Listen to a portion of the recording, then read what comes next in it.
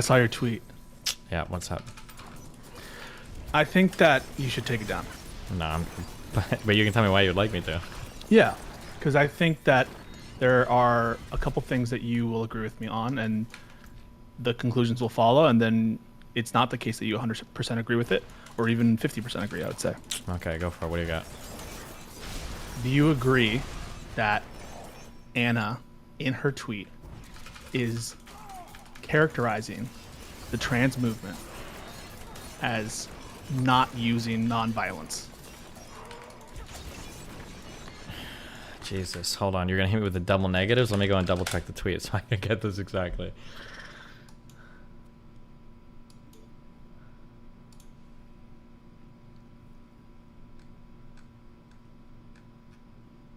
Wait, did she delete the tweet? You can see my quote tweet. Sure, you've seen it.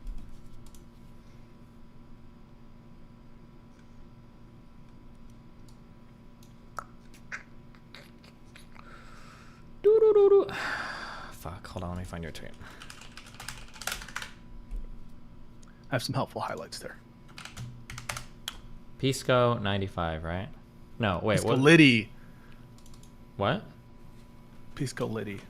Pisco Liddy? Because it's like Pisco is an alcohol, you get lit, and I also am a litigator. Okay, Pisco how you gotta Liddy? spell your Twitter name for me. I don't know how you spell Pisco. At Pisco Liddy. Pisco Liddy Litty. Oh, gotcha. Okay.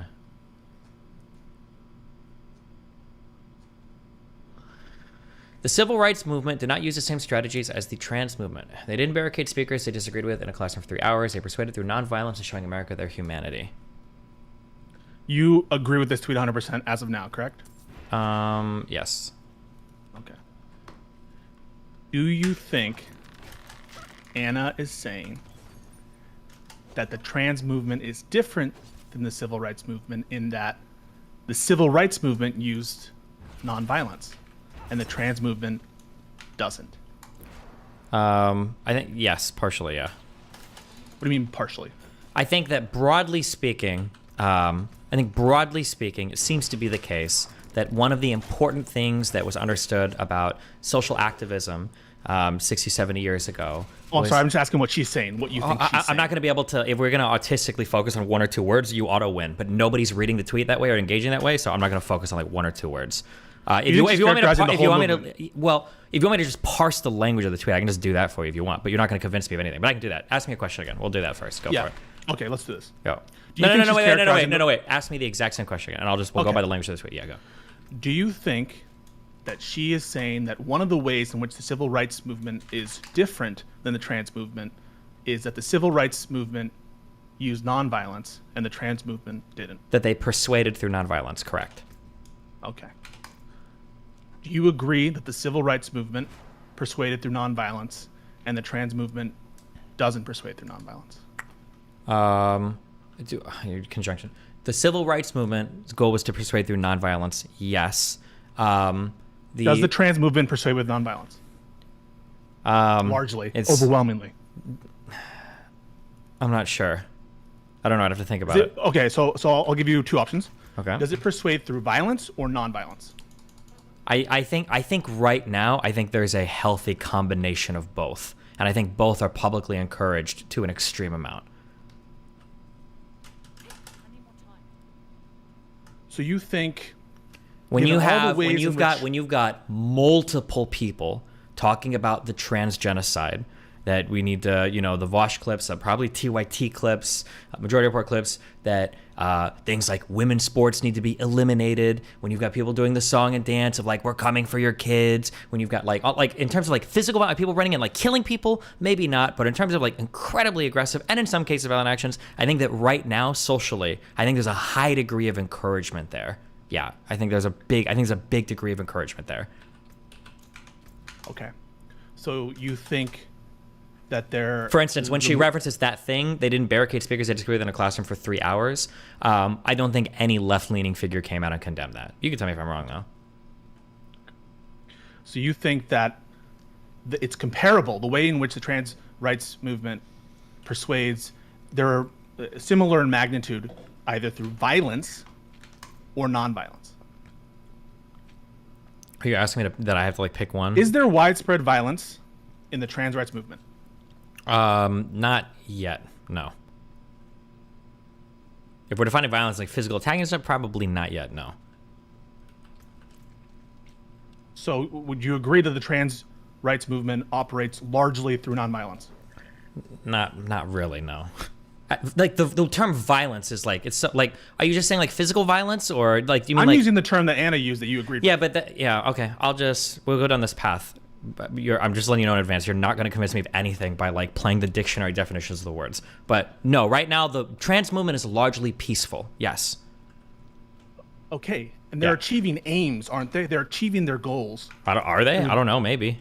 Aren't they? They have in the past, but isn't there a record amount of anti-trans legislation and anti-trans sentiment? Aren't people reversing trends on their trans acceptance in the entire United States across every single political party? To the extent that they're getting any gains, you would agree currently it's through nonviolence. Yes. Then you disagree with Anna. Okay. Don't you agree? She's saying that they don't use nonviolence to persuade. I agree 100%. You say they do use nonviolence to persuade. Sure, that's because I'm wrong and stupid. You can meme, but that's just... I'm memeing because nobody is parsing the tweet this way. Like, literally nobody is going to read this. No, they're absolutely not.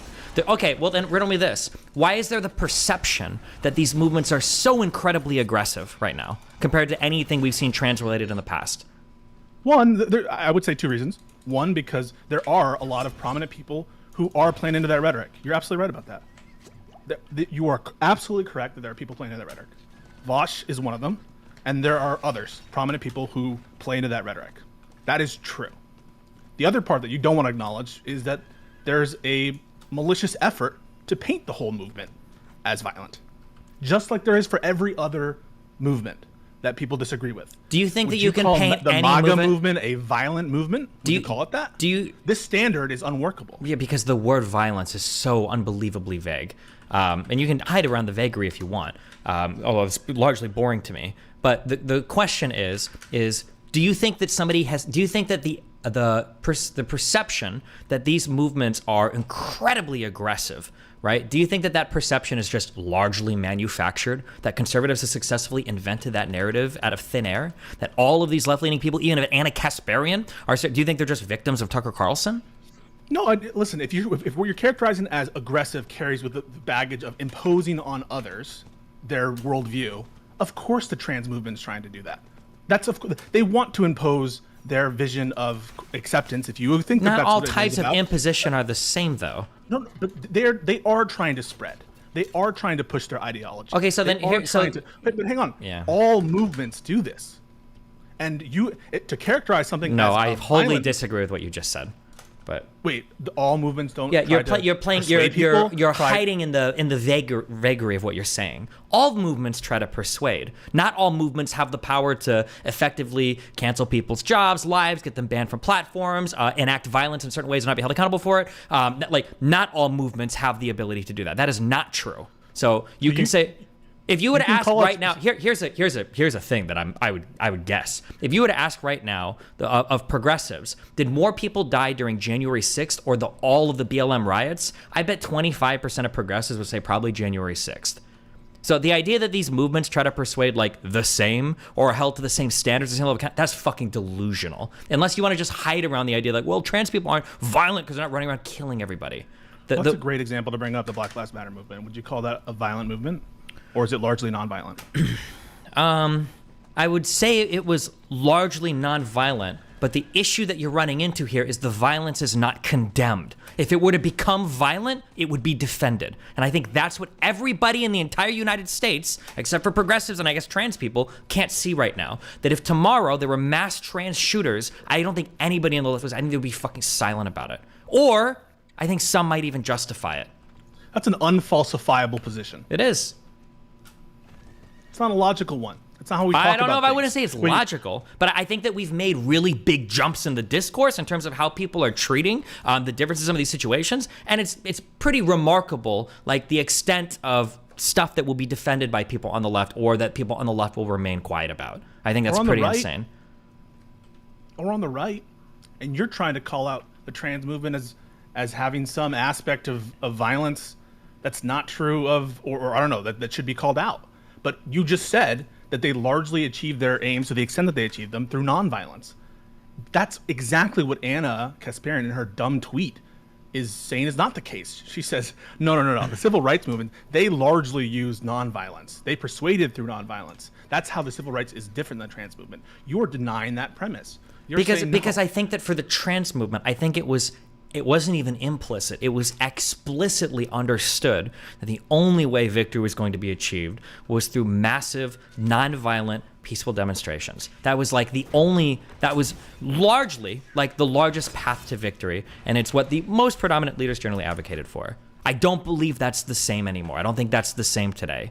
I think today it's seen as more that like the opposition needs to be eliminated one way or another and will destroy their lives in any way possible. And fuck, even if shootings and shit happen, like, I mean, it sucks, but like, I mean, riots are the language of the unheard. How many times did I hear that to justify BLM riots? How many large figures do I need to hear justify shoplifting and theft and arson of businesses, right? People say, oh, it's CVS, who cares if you steal from it? Like, that's markedly wrong. Different. What's wrong? That's wrong. Yeah, that's wrong. That's sure, wrong but it's not that it's just wrong. It's massively defended on that side. And this is why people like Anna are looking and be like, hold up, this is fucking insane. How many times did I hear on the Majority Report, Sam Cedar and the other people say, okay, yeah, that black guy on the train, he said that, I don't care if I die, but is that really a threat? Did he actually hit somebody? Like, these are insane statements. The BLM and the trans advocates need to apologize for shit the Majority Report says and Vosh says.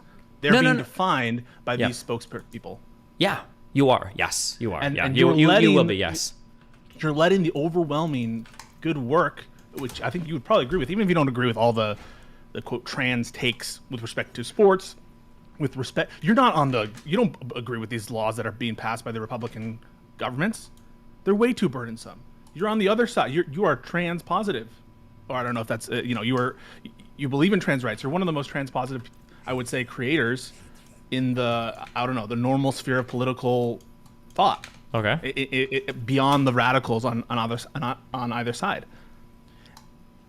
So why would you ever characterize what you consider to be largely nonviolent means to achieve and persuade as somehow being distinct in the respect of violence to the civil rights movement? They're different in some ways, no doubt. In many ways, in key ways. And I think the overarching difference, I'll say this again, is that in the civil rights movement, they tried to succeed in spite of other violent actors. And those people were, they were shamed. You weren't supposed to do that. There were marches for Martin Luther King where they would go up and down the lines and they would collect knives, bats, whatever the fuck they could find, just to ensure they would go to places knowing they were going to get attacked, not looking to fight, right? That is not, do you agree do you think that that's the same attitude that exists today? I don't know what the no. Hold on, no. Hold on. I don't know if they do gun checks at trans. I'm not. No. I'm not asking about. Hold on. Okay, you got to disengage lawyer procedure brain mode and just think as a normal human being. Okay. Yeah. For civil rights marches, explicitly, not even implied, explicitly, this will be nonviolent. We might get attacked by the cops. We're not going to fight back. We're going to garner sympathy, and that's how we're going to get support. Do you think that same attitude exists today when you think of Antifa, BLM marches, trans demonstrations? I'm not considering Antifa. I'm not considering BLM. It's all kind of. It's all connected. Yes, yeah, it is kind of all connected. They, them. Isn't that a stupid characterization of everything? Everything's everything. It's all left. It's all one thing. All of these progressive movements, all the tactics, all the organizations, all the politicians, all the speakers, yes, I think are largely all run in the same crowd and all exhibit the same type of strategy and all play on the same team. So when Biden condemns violence, even in BLM riots, that should speak positively about the trans movement. Are you ever going to say that the thoughts and statements of the Democratic establishment right now, those that are against the violence, are you ever going to give the trans movement credit for those statements? No. If not, because the more extreme speakers that fucking hate the Biden administration. They stand apart from them. What do you mean? You are letting your mind be warped by Twitter. Okay. You're letting your I don't know what to say. I mean, like that statement will only go so far. It's already ran out of use for me. Like a year ago, you can keep using it for as long as you want. But this idea, like, oh, it's just Twitter, like that ship sailed like 5 years ago. But if you want to say that, that's fine. But I mean, like, yeah. So the trans movement needs to answer for all the other organizations on the left as part of what's going on. They need to answer for the violence of Antifa. They need to answer for the violence of the BLM riots. That's on the trans advocates' hands. They need to answer for that. Yes. That's part of what being an advocate is. Yeah.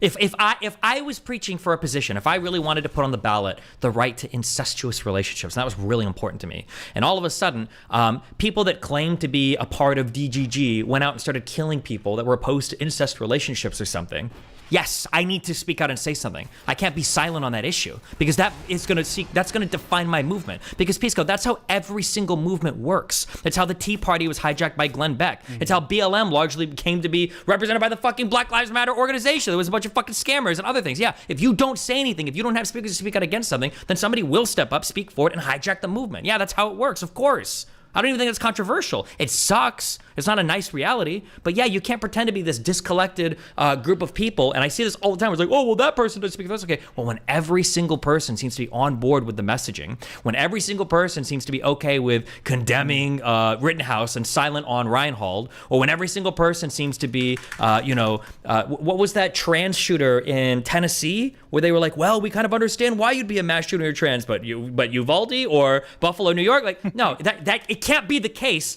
that all the public speech does this over and over and over again. And we're like, well, that doesn't represent the movement. It's like when you go into Reddit and the top comment is like, I hate women, kill bitches.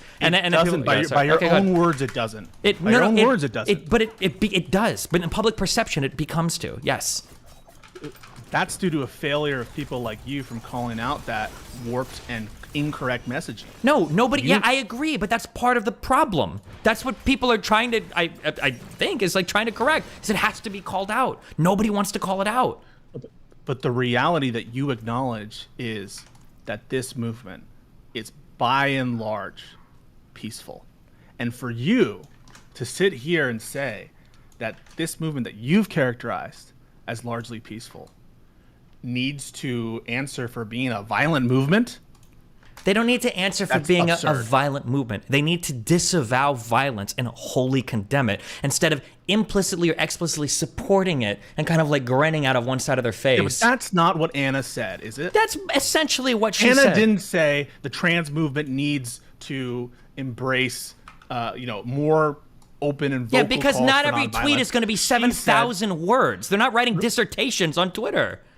He characterized. I mean, just imagine that she were talking about something else other than the trans movement, something that's not so close to. Like, imagine that she had said roughly the same thing about BLM.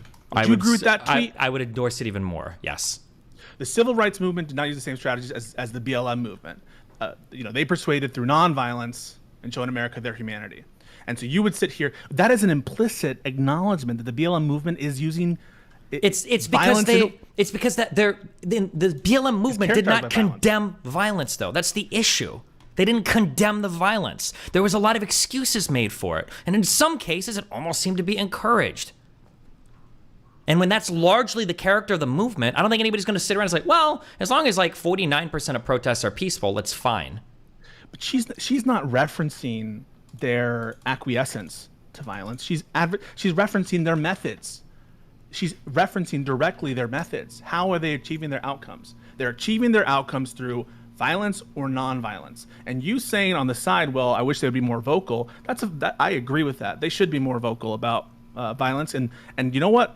In many circles, they weren't. I am proud of the president for coming out against the violence that occurred. But in many, including politicians, it wasn't fast enough. Sure. But what she's talking about are the methods by which their aims are achieved, not their lack of forceful opposition. Her literal follow-up tweet is, are you guys genuinely this stupid? The movement made a point to be non-violent, and the violence used against them is part of what changed hearts and minds. Trans activist barricading speaker at SFSU runs counter to that strategy. Holy fucking shit. But she said trans movement. She's referencing the movement. Imagine that if I said that, you could say roughly the same thing about the shooter. Imagine that she said, the civil rights movement did not use the same strategies as the trans movement. The civil rights movement didn't go in and shoot children. Would you think that's a fair tweet? If there was a lot of people like... No, just the one instance in that case, assume. I think shoot children is rough because I don't think there have been that many trans shooters yet. I'd be more comfortable with a general term like violence. Had there been that many violent outbursts enough to characterize the trans movement? for the amount of people supporting it, I think at this point, yeah. Without it, unless we're just waiting for it to ramp up to like full scale fucking whatever. Like I feel like at this point the support for that type of like violent action or that sort of like public deletion shit, I think is there. Yeah. Well, public deletion. I say like the massive violence. Cancel culture and all of that shit. Yeah. Cancel culture is violence. I think you can make an argument that it's kind of like it, but that's why I said if you're gonna read, like that's not through public persuasion, right? Is it violent or non-violent? I don't know. None of it is violence. There is no violence except for the shootings and murders. If you're not murdering somebody, it's not violence, I guess. But like I said, this is largely going to be like unconvincing to me because if you're going to if you just want to like live in that one word of like, are people actually like murdering people? And that's the extent of which you're going to view like violence. One, nobody's reading her tweet that way, except for the most bad faith interpretations. And two, I think it's silly. I don't think she intended her tweet that way. She's characterizing I think it's very the whole movement as using violent means. Do you think she? That's what she's. Does that tweet fairly read say that the trans movement is characterized through using violent means? It reads to me like they support violent means, which I think they do. When you read her tweet, do you think she's saying over 51% of trans demonstrations are violent? Is that how you're reading it? I'm reading it as using that one of their main methods of persuasion is violence. We need a number. Are you saying that when she did this tweet, she's claiming that the majority, over 51% of trans It wouldn't activists, need to be the majority. Wait, no one has ever said that the standard for determining something as violent movement or not violent movement is 51%. I agree. It could be some overwhelming acquiescence to a 20% violent, right? If you have an overwhelming support for a movement. Okay, do you think there's overwhelming support in the trans movement right now in terms of the activists? For murder and assaults? I don't have any evidence for violent demonstrations. No, I don't have any evidence of that. Okay, I feel like there is, but maybe we can. Enough to call any more than MAGA? More than MAGA? Probably not. I don't think so. Do you think I'm going to sit here and say that MAGA is a peaceful movement, though? What about conservatives? I mean, if your level of abstraction and generality is such that trans movement is now being combined with Antifa and Black Lives Matter, then why even stop at MAGA and just say conservative? You want to stop, Hold on, wait. So show me that. What do you wait? What do you mean? If there's widespread, you just made them answer. You unironically answered Giga Chad yes when I said, should the trans movement answer for the crimes of Antifa and BLM? You said yes, Giga Chad. Yeah, hold on. Do you conservatives answer for all the January 6ers? Yeah, no shit. Wait, hold on. Have you ever watched my stream before? Or I won't own you on this point, but like, yeah, I tell it to conservatives all the fucking time. Heard about it. That when they say things like, "Oh, January 6th wasn't a big deal," or how many people are like, "Oh yeah, I like Trump, but I don't like this." It's like, no bullshit. You never call Trump out on your Twitters. You stand every fucking thing. Yeah, I say this to conservatives all the fucking time. Of course. Conservatism in America today is a violent movement. I'm pretty sure I call them a death cult because they are literally jumping off a cliff to die because they don't get fucking vaccinated. And so are Democrats, right? Because they support trans and trans advocates. I don't think the Democratic establishment largely does. I don't think they're at that point yet. So the Democratic establishment is the only movement in this country that is not violent. No, first of all, I don't know if I would characterize an entire movement as violent. It's probably going to be with respect to a particular issue, right? Like, for instance, are conservatives like violent when it comes to taxes? Probably not. Are conservatives violent when it comes to supporting things like January 6th? Probably. But I don't know if I would write off like an entire group of like 150 million people as all being violent without like giving this with respect to a more particular issue. That just seems like worthlessly broad. Let me give you my frame and you can attack it or people can see what my frame is. Go for it. When I read this tweet, I think she's referencing a particular group of people in time and space. And that people is cabined under the label trans rights movement supporter, trans rights movement advocate. That those groups of people who would identify as those and who would take actions to further what they consider to be trans rights causes, those are the physical group of people that exist in the world today that she is referencing. And she is referencing their actions in time and space. And she is referencing things that they do to persuade. And the way she contrasts those people who existed in time and space to the people in the civil rights movement who also existed in time and space back in the day is to say that the people back in the day, they persuaded through nonviolence, and the people today persuaded through violence. That's what's going on here. Oh yeah, I understand that. I think that's an insane reading of that tweet. I think a way more basic, way more obvious reading of the tweet is the civil rights movement had in it a primary goal of nonviolence, of peaceful activism. The trans movement of today does not, and they celebrate violent or otherwise obstructive acts that aren't just peaceful protests. With the example she gave being barricading that speaker in for 3 hours. I think it's a way more obvious read. I think it's insane to think that her characterization here is like the majority of people or 20% of the movement are violence or violent murderers or attackers or whatever. I don't think that's Supposing they had. Suppose that 80% of people supported that action. 80% supported what action? Supported the barricade. So 80% of trans advocates, okay, trans supporters, trans rights supporters. So that 80% of them supported that. They don't support any actual physical assaults in the terms of hitting someone. They don't support murders. They don't, but they do support that particular barricade. 80%.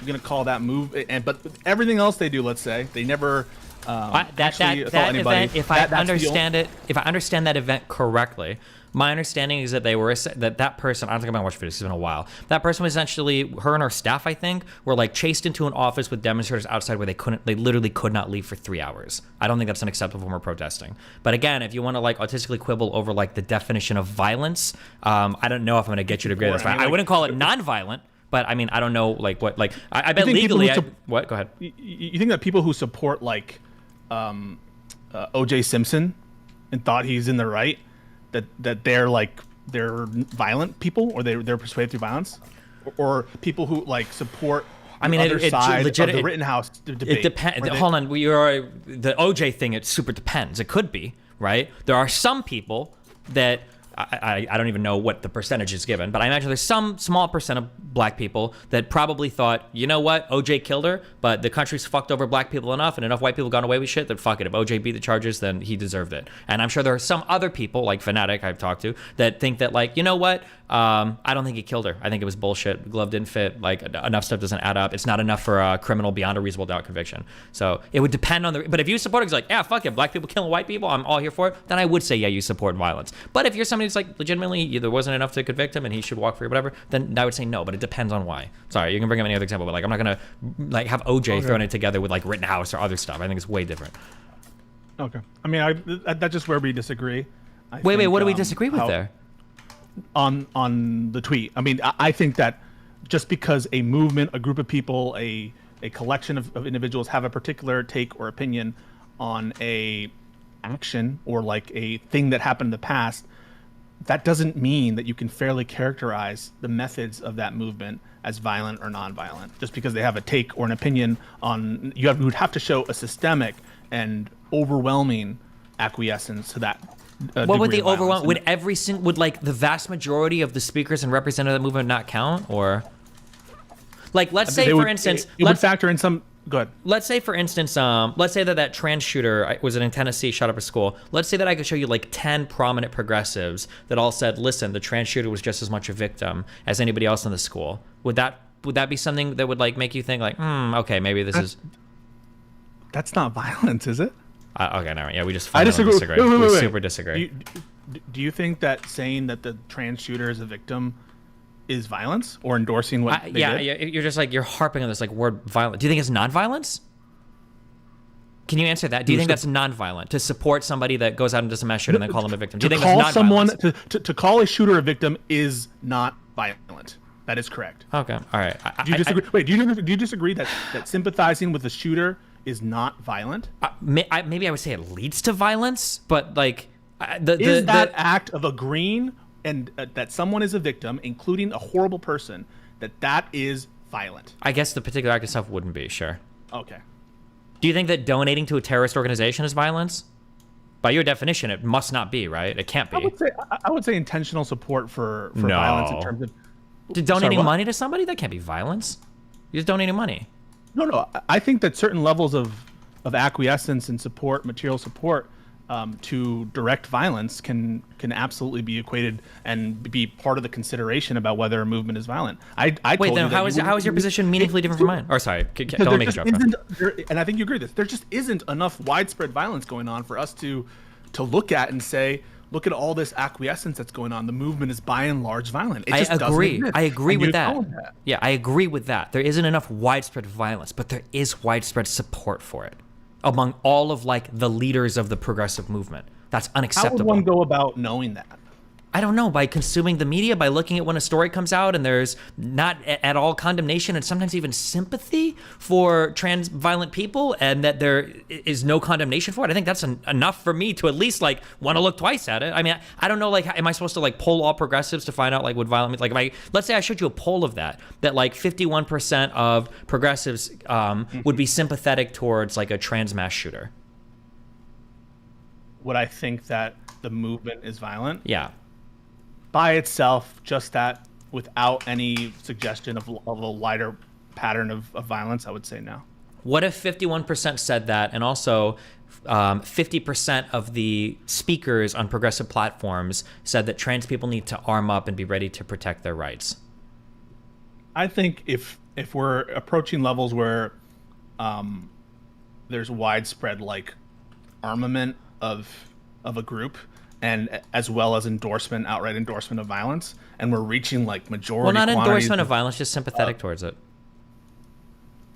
Well, not sure. If not I can sure. chime in here. Wait, hold on, before this gets totally. I just want to say what you're describing. There's a lot of conservative individuals who are like, hey, keep your dirty hands off my AR-15. Arm yourself up. Get ready for what would you call these people who don't want to have an outright civil war? Let's say, assuming they're on good faith, would you call the act of arming oneself violence? I'm not sure would that I call it inherently violent? No, but something that leads to violence, something I wouldn't support, something I would wholly disavow. Yeah, there are gun shops I'll never buy from again, and fucking they probably all do this. I'm just retarded. But there are gun shops that, like, I remember when Obama fucking would talk about certain things on the radio, they'd be like, "Oh, ammo half off. Make sure to buy everything before the president outlaws it." Blah blah blah. Yeah, that type of like defend your gun store. In this country, in America, we give a lot of room for political hyperbole, for speech, and yes, even for speech that could lead to bad results. It was you who just said that part of the fabric is saying things that some of America is saying things that some might consider to be and part of that right is basically violent speech. Yeah, but there's always been what we've tried to have a bright line in this country, a line between violence and nonviolence. That no matter what happens, how are the differences between peoples, the bright line that everyone has always tried to draw is characterizing people as being violent and nonviolent. And the characterization of a group as violent justifies all sorts of intrusions, right? If a group is violent, if a movement is violent, you better be putting warrants, you better be extra surveillance, you better be curtailing hold on. Nobody's talking about criminal behavior. Being violent doesn't necessarily imply criminal behavior. No. Violence in this country, a lot of violence in this country is criminal. It can be, but you can also. That we're talking about in this specific case, you'd agree it was criminal, wasn't it? Isn't it criminal to barricade and to stop people from leaving forcibly? It's probably some unlawful force. Sure. Well, here's the question. Then I'm curious if this is your stance. So then, would you say when you look at like Lauren Southern's great replacement stuff, or you look at Tucker Carlson's great replacement stuff, would you say that neither of them? It's not violence. None of them engage. You wouldn't consider that any form of violence whatsoever, or encouraging it. Oh, okay. I think we just encouraging violence. That's not violence. Encouraging violence directly? is not. Well, you're running into the same problem I ran into, right? Because you don't want to call it nonviolent. Would you say great replacement rhetoric is nonviolent? Spreading that message just because you disagree with it is I wouldn't call it violent. It might lead to violence. Would you call it nonviolent? Is Islam violent? That's the thing that you never answer from Lauren Southern. Great replacement. Is great replacement violent, or would you call it nonviolent? Because you're saying it's not violent, which I guess I could agree. Would you call it nonviolent? It feels unsatisfying. It feels like there needs to be something in between, no? Because there's stuff that clearly leads to violence. I see what you're saying. Yeah. So like, I think that's going to be a value judgment on how close or proximate the ideology is to enacting violence. Maybe you'd say so. Like spreading a belief that all of them, I don't know. You think about Rwanda. All of an ethnic group should be, they're rats, they're disgusting, they're cockroaches. They're trying to genocide you. They're going to take away all your rights. They're going to take your children from you. You need to arm up. Yeah? Stuff like this. So I agree with you that certain, one of the problems is defining what is on what, whether or not it's so close to that line that we're going to consider that speech alone to be violent. But in this country, our priors are to have a great degree of tolerance for up to that line, and short of imminent calls and direct calls for violence, we're gonna stop. Sure, and I agree legally, legislatively. I agree with you legislatively, culturally. but no, I don't think culturally. Culturally, we defend speech that is in some ways implicitly violent. You have a right to do a KKK or a Nazi march down a street of a town. You have a right to do that. Would I call the KKK or Nazis recruiting or any part of them non-violent? I mean, maybe I wouldn't call it violent. KKK getting a permit, burning a cross on a yard, would you call that violent? I don't know if I'd call it... It's closer to violent than non-violent. It seems like there's an area in between that we need a better word for, because I sure as hell wouldn't call it non-violent. Okay, then I'm just going to end with this and say, whatever line that is, I don't think that we're close to it in the case of... I agree, there's some... I'm not telling you that there isn't any speech or any support or acquiescence that I wouldn't equate to some level of violence. At some level, at some closeness and proximity, at some intentionality, I'll grant you that. But I don't think we're even close to that in terms of the discourse and what the overall practice and methods of the trans movement has been in this country, which is legislation, ideology, spreading your message, entertainment. That's how they've been affecting the culture, not through violence. Yeah, but it's gotten a lot of other support from stuff through illegal hormones bought from other countries on shady online websites. It gets basically implicit support from mainstream journalists, or at least mainstream publications. The use of violence where a trans shooter is seen as a sympathetic victim rather than just an aggressor killing people for no reason. I mean, like, there's a lot of implicit support. The demonstration where the lady was barricaded in for 3 hours. I mean, I won't even rub the BLM stuff into it because, yeah, holy fuck. But, like, it seems like the appetite for violence is there and that the violence is righteous and justified. You roping in the BLM thing is just, it's buying the Charlie Kirk and buying the Ian Miles Chong frame of the world, which is, this is what they're trying to do next. This is what, they want you to accept this. They want you to accept crime on the streets. They want you to accept that men can be women and women can be men. And it's all part of the they. And you accepting it and you giving them ground and saying, that the trans movement should answer for what you perceive to be the crimes of BLM, I think is I'm not saying they should be right, but mistake. I'm saying that it's the same people. Of course it is. This is the same shit I've said that we're like, if you walk up to me and you tell me that you believe in the Matrix, I can tell your position on vaccines. I know how you feel about Donald Trump. I know that you support Russia over Ukraine. I know how you, like, yeah, it's the same, like, groups of people. If you say that you supported, like, BLM, even the riots or whatever, I can probably tell you whether you think men and women should compete or trans women should compete in sports. I could probably tell you what you think about hormones for kids. I could probably predict, like, with, like, 80% accuracy, I could probably predict all these positions from people. Yeah, because we're very much, like, in two, like, pretty distinct groups on a lot of these things today. That's what it feels like, at least. I could be wrong, but... Okay, what would it take for you to change your mind about the trans movement? What would it take for me to... I was going to trigger the fuck out of you. But probably more people like Anna. More predominant, like, progressive figures, stable progressive figures saying, like, hey, I'm not comfortable with this. I don't like this, and I don't support this. People like Sam Cedar, people like Hassan Piker, people like even Brianna Joy Gray, people like that coming and saying, listen, this is not okay. We can't accept this. We can't have this happening. It's not okay. That's what it would take to convince me. Disavowal from people that are, like, seen as figureheads of these movements. Okay, so they get to the crazies get to define what the trans movement is, and if they don't change, those are the crazies. Do you not think that there could be any figureheads for movements? Do you think these are largely just headless? Well, Biden doesn't count. Institutional Democrats, you're not going to count. You're never going to count what they're saying. Because institutional Democrats aren't leading this. Actually, wait, hold on. I'm sorry. I'll give you some. If, like, Rashid Tlaib or AOC or whatever came out and was, like, very adamantly against it, then I would count that as something. But no, Biden and the establishment Dems aren't the ones that, like, lead this charge. Even though I wish it would have been a more full-throated disavowal, Biden at least said he didn't condemn the violence. He said he didn't support the violence. He condemned the violence. I don't know what planet you're on. The people who are fighting against the trans legislation that's going on in Republican circles aren't the anti-vote people. Aren't the democracy doesn't matter people. They're the people who are telling people they need to vote. They're precisely the opposite kind of intuitions. We're not talking about fighting against legislation right now, though. No. But what I'm saying is they are part of the trans movement. Biden is, has there ever been a more trans positive president than Biden? No, there hasn't. He's enacting executive orders. If you were to poll, I agree with you.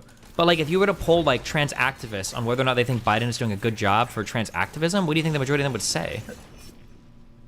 I feel like I've seen, I think I saw Vosh say this recently. I've seen a lot of people say it in regards to I don't Anna. know. Do we have that? Didn't the last trans creator literally just dump the Young Turks, who's already like critical of Biden? Like, do you think Biden has these like trans activist friends? So let's ask. If it's the case that 90% of trans people approve of Joe Biden, that change your mind? Now are we going to give credit for Biden when he does things that are nonviolent? We're going to give credit to moderates? I think maybe we disagree on this part. I think the figureheads are important. Like, if it was because every single big person, here's my guess, probably almost with 100% accuracy, large progressive content creators online almost completely disavow President Biden. That's the feeling that I've had. If I listen to anything in the Majority Report, if I listen to like any like progressive, any of the huge fucking 100,000 plus tweets that I see, any like progressive leaders. Can you think of it? Are there any progressive leaders that like seem to give a lot of support to Biden, and not like well, he's better than Hitler kind of way, but like actually support the administration? You're the one who says that trans people are not defined by the Twitter people. That's what you've been saying for years. I said there. I just want to finish this thought. Okay, go ahead.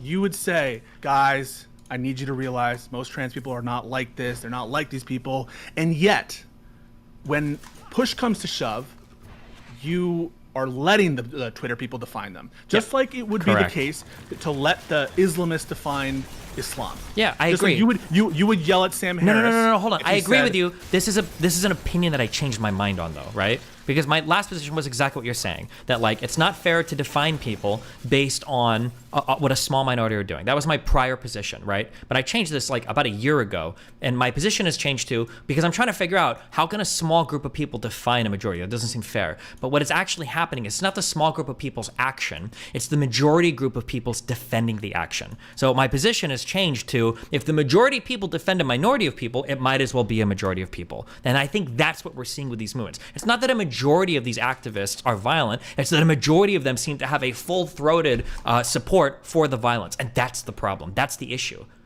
And that's why conservatives have gotten like so successful at demonstrating how crazy these movements are. It's not because everybody's violent, it's because everybody seems keen to support it.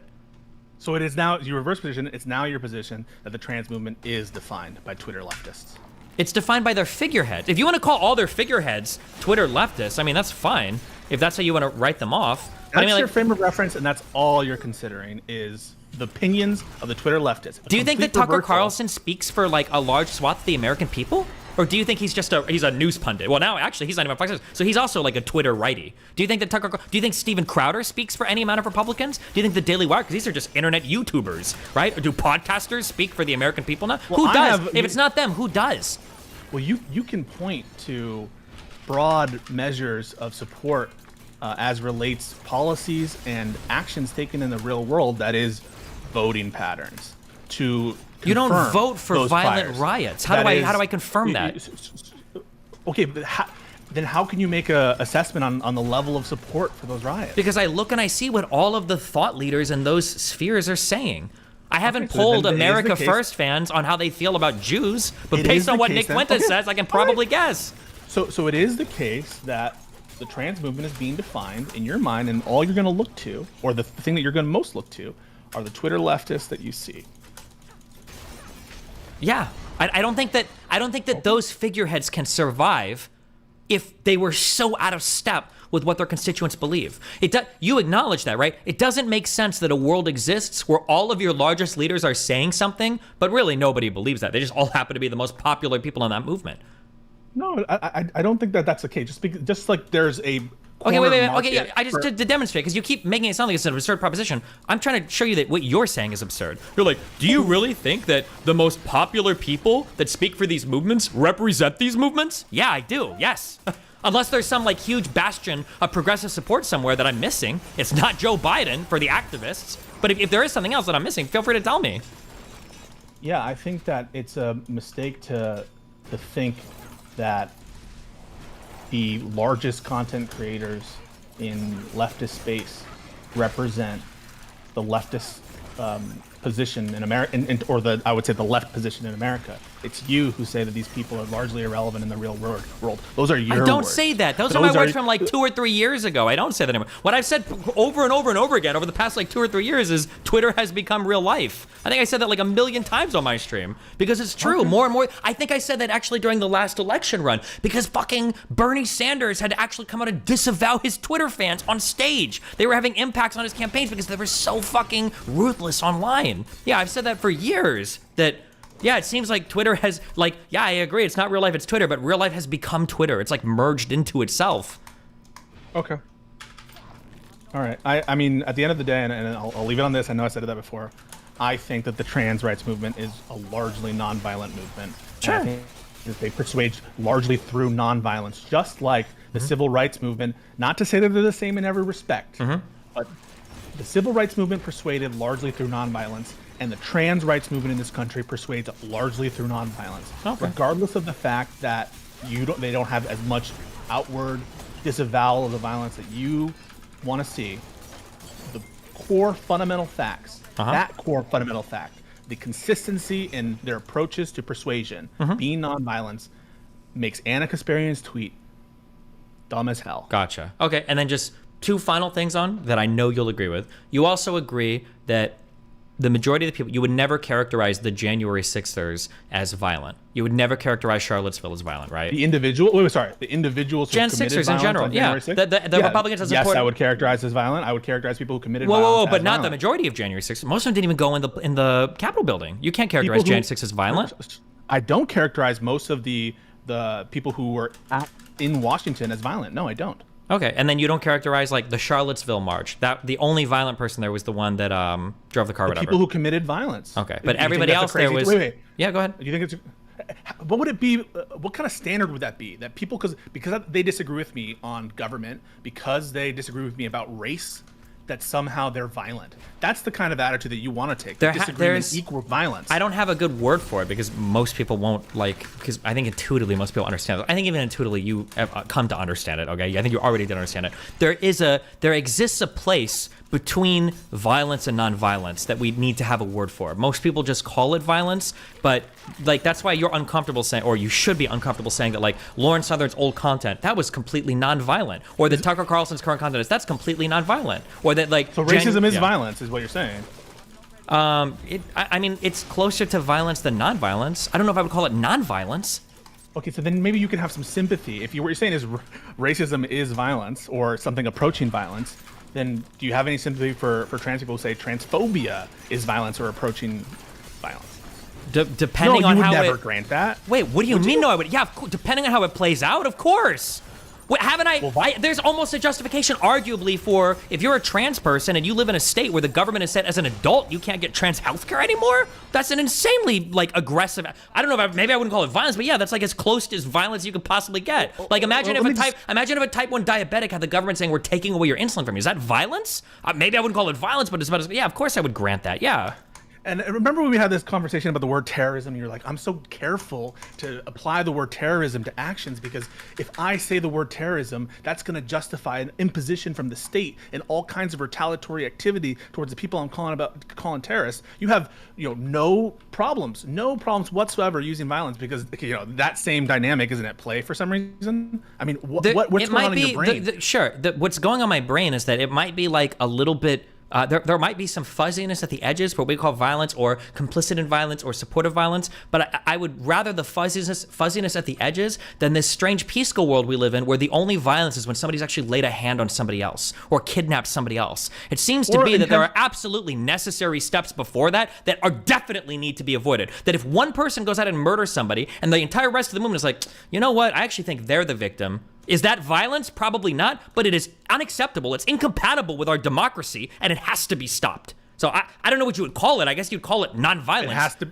But there's got to be something else there that you have to be able to talk about, and that's what Anna's getting at in her tweet. And everything else that's not even touching violence, where it's talking about gender pronouns and all the advocacy related to bathrooms and related to acceptance and ways to view.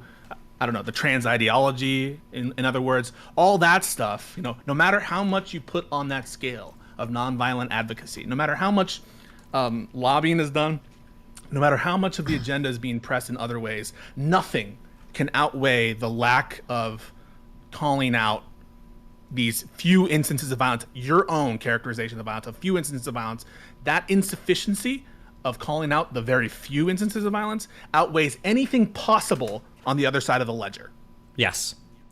Okay. I think that if you have a human body, if you go to the gym every single day, if you eat the healthiest diet ever, if you exercise, you sleep, you do every single thing that you need to. If a virus enters your body and your immune system is asleep, you can be 100% healthy in every single sense of the word, but that lack of immune system, you will die to the most harmless virus in the world. Same thing with if you've got a large movement, if I've got my whole chat and we donate money every month to fucking women's causes or trans causes, blah, blah, blah. If all of that happens, but I let transphobia run wild in my shit, I let somebody come on and say some shit like, fuck, blah, blah, blah, blah, blah, and I'm like, it's kind of funny, but hey, whoa, we donate so much. I donated $1 million to trans charity. I can't be transphobic all the time. Come on. Yeah, I think you have to call out those problematic aspects of your movement, or they will define your movement. Yeah. At this point, I'm getting talking points from the chat, and it's a really good Give them one. the talk. Sure, hit me up with the talking points. Sure. Rabbit. What about the police? What about the police? So we have a movement. Would you characterize the police as largely non-racist, largely non-corrupt? To some extent, yeah. Would you call all police racist because they don't speak out loudly enough against the instances of racism that exist? Of active, intentional racism? I don't know how many instances of active, it's an impossible intentional standard. Well, hold on. The police are not one thing. Polices are defined by like their fucking municipalities and their cities. There's not like the U.S. polices.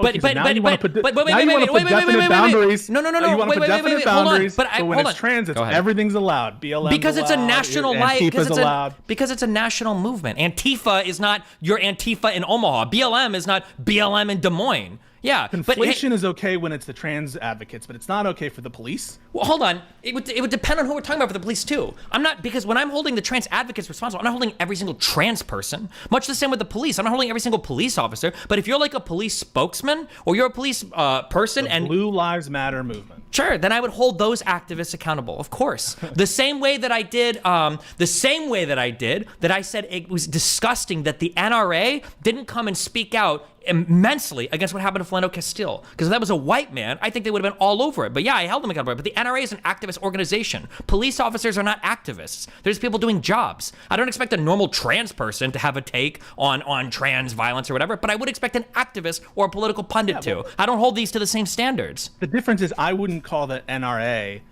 a violent movement, or that they do most of their persuasion through violent means. I would say the NRA does most of their persuasion through nonviolent means, and I would say the same things about the trans movement. Maybe, but I think it would depend. If there were a couple shooters, and the NRA was saying that, well, this guy was driven. You just said they did that. You just said that they did that with Philando Castile. No, you don't even know what I was going to say. What? You just said they did that. They didn't call it out. That doesn't make them terrorists, but I say you should call it out. But let's say for instance there was a string of shooters, or even one or two shooters, and the NRA came out and they published a statement. They're like, the shooting is tragic. However, this is what's going to happen if you infringe on people's Second Amendment rights. The shooter thought his guns are going to be taken, so he felt like he needed to go out and change the world. Blah blah blah. Yeah, I would be heavily critical of them. Yeah, 100%. Would I call it violence? Probably something approaching it. The same as I would with these trans advocates. Yeah, of course. Okay. But you wouldn't agree with a tweet that's like, these Second Amendment. You want to know the difference between Second Amendmenters and the civil rights movement? You want to know the difference? The civil rights movement, they use nonviolence, and these gun advocates, they use violence to persuade, or at least they endorsed it by not calling out with sufficient I would absolutely say that. Hold on. Oh yeah, wait. God. If Second Amendments and they already do kind of do this. If they were like, we need to arm up, we need to stockpile, we need to be ready to fight for our life, we gotta go and fight Congress, we gotta do all these things, and then a shooting comes out and somebody tweets out, back in the day, we fought for the Second Amendment in the courts. The Second Amendmenters that exist today are not like the ones of the past. In the past, we didn't accept things like mass shootings to defend our rights. They persuaded through nonviolence and winning with the ACLU and the courts and blah, blah, blah. I would defend that tweet 1,000,000%, of course. Yeah. Wait, would you not? You don't think there'd be a material difference between fighting in courtrooms versus supporting mass shooters? Or at the very least, they're you tried to take a Second Amendment right. Yeah, that's why he did it, of course, and that's what happened. We should arm up because they're coming for our guns. I'm gonna give you what you want. I would absolutely characterize that as a material difference. But the material difference isn't between persuasion that is violent or nonviolent. I would say one that is more acquiescent, but I wouldn't go so far. I think that violence should be more of a bright line, and I know that Sure. that there are hard cases, and you and I both agree that there are hard cases that you know what, you made me uncomfortable with some of your hard cases. Sure, and you know what, and I can even grant you that, but then all I would ask is I need a word that's not violent or non-violent, because there has to be some, right, that I don't hold on, don't get triggered, okay? But do you remember the one word, the stochastic terrorism word? Yeah. Yeah, there has to be something to describe speech that invariably takes you to violent stages and implicitly supports it around you, that I guess we don't call violence. What would you call that? Yeah, but yeah, I agree. We should have a better vocabulary for that, and maybe that could apply to the thought leaders in the trans rights movement. But I argue for, and I think you should argue for strenuously, that the bright line on violence be maintained, that it only includes really direct calls, really direct material support for violence and violence itself, and doesn't include the kind of implicit understanding or acceptance, that we put that in a separate category. And if that were the case, I think I would be better aligned with your sure. messaging. And there is a world where I can agree with you, but I don't think anybody is running with this strict of a definition. You saying 100%. I agree with Anna. Yeah, because I agree with what you. I think that the distinction. intention of her tweet, I think most people understand it the way that I'm reading it. I think that her message is pretty clear with the way that she's saying it. That today's movement seems to be largely supportive of violence. They seem to largely be supportive of it. I think that's probably true. It absolutely was true during the BLM stuff, and I know you don't like to bring that up. But if there was a survey taken among trans people, where 16. Let's raise it up. I don't know, real quick. I don't know if it would be a survey of trans people. I think it would have to be like activists. Yeah, go ahead. Yeah. Among the trans rights advocates, people who identify themselves as trans rights advocates, which could be a big denominator, right? Just like Second Amendment advocates could be a big denominator. Guys that own guns, basically, yeah. Yeah, exactly. So among those people, if a poll was taken that showed that, do you agree with the following statement? Strongly agree, disagree, whatever. Violence is justified in with respect to the trans movement, and 80% either said strongly disagree or slightly disagree. Would you say that your opinion is the same? If it was it would move me in the other direction. It would. But okay. The question that I would have then is, if that was the broad feeling among those people, why is every single thought leader and pundit, why do they all seem to be lockstep? What are they missing in the audience here? That would be confusing to me. Yeah, I think that I think you've noticed that radical stuff is like a cornered market for it. And so even if it doesn't represent the vast majority of people, which I think is the case for Bernie people, right? Bernie people don't represent the vast majority of Democrats or left-wing people in the country. They don't. But there's a very big market for that kind of content, because there's a lot of people who are highly politically activated who are looking for that content, right? Just like your demographic might be extremely loyal, but it's nonetheless a small minority. So I don't think that. Yeah, but it's a small. I mean, we're talking about Bernie supporters are just Bernie supporters. That's a broad group. I think activists is a tad more narrow of a group. Okay. But yeah. Fuck. I had one more question. Yeah. Oh, what are the words you would use to describe? I don't know if you saw that AJW video, but when they misinformed in such a way that. Well, not only that, but that it seems like there was a shooter, I think a black shooter, that was basically repeating verbatim the Young Turks. Jimmy Dore was on their show. His talking points. He's basically repeating them verbatim. What would you call? I wouldn't call the initial statements by those people violence. Okay, yeah, but then what do you call that then? You don't like the stochastic terrorism term, right? Because I'm concerned about the same things that you are. That when you originally brought your concern about me applying the word terrorist to certain January 6th individuals, you were concerned about that term being misused to widely characterize a group inaccurately and with real life consequences. That was your criticism of me applying the term terrorist to certain people who committed violence on January 6th. And I think that criticism, I don't agree with its at base. I just disagree as applied in that case. I think that it accurately describes those individuals, but I don't disagree with the broader criticism, which is do not use terrorism in such a way that it encompasses everything, or where its meaning start, because then it really becomes the case that you're going after people who shouldn't be going after, and you're you know, in a sense, you're radicalizing the reverse, right? If you're saying the trans movement is violent, or you're using rhetoric that would establish that or lend credence to that, in a sense, you're doing the same thing with stochastic terrorism on the other end. I agree with you. Which is what you're engaged in, I would argue. Yeah, I would agree with you there, okay?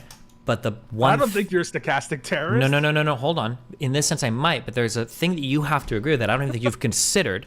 And what you're not considering is the fact of the matter that maybe they have gotten more extreme. Maybe that, for instance, let's say it was the case that next year, every single week leading up to the election, there was another shooting where 3 or 4 people were killed in left-leaning spaces by conservatives, right? Yeah.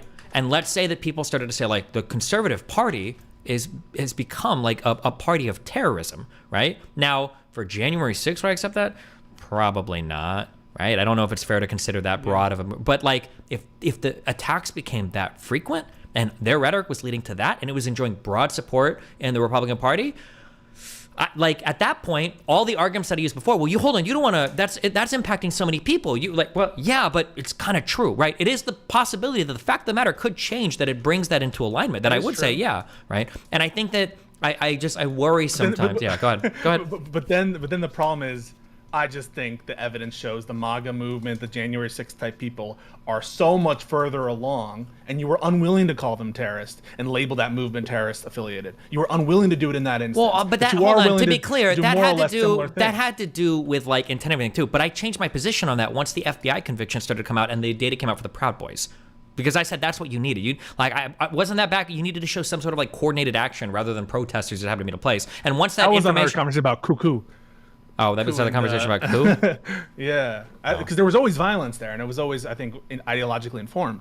But you were hesitant to label everyone there terrorism or terrorist acquiescing.